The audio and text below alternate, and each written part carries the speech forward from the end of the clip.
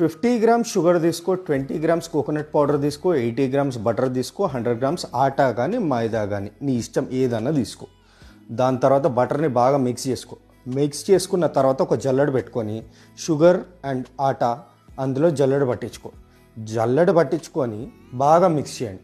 Mix చేసిన తర్వాత అందులో కొద్దిగంత కోకోనట్ పౌడర్ మిక్స్ చేయండి. మిక్స్ చేసి దాన్ని బాగా కలుపుకోండి. అది ఎంత బాగా కలుపుకుంటే బిస్కెట్స్ అంత క్రిస్పీగా వస్తాయి.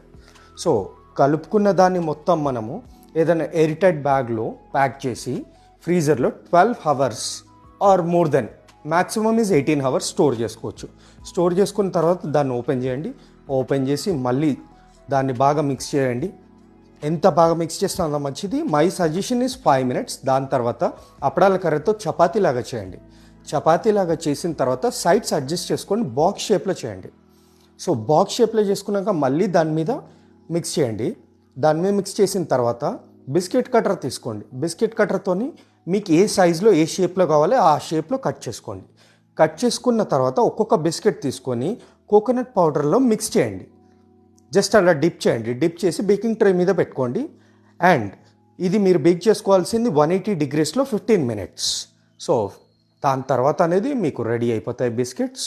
సో ఇలా ఉంటాయి అండ్ చూసుకోండి.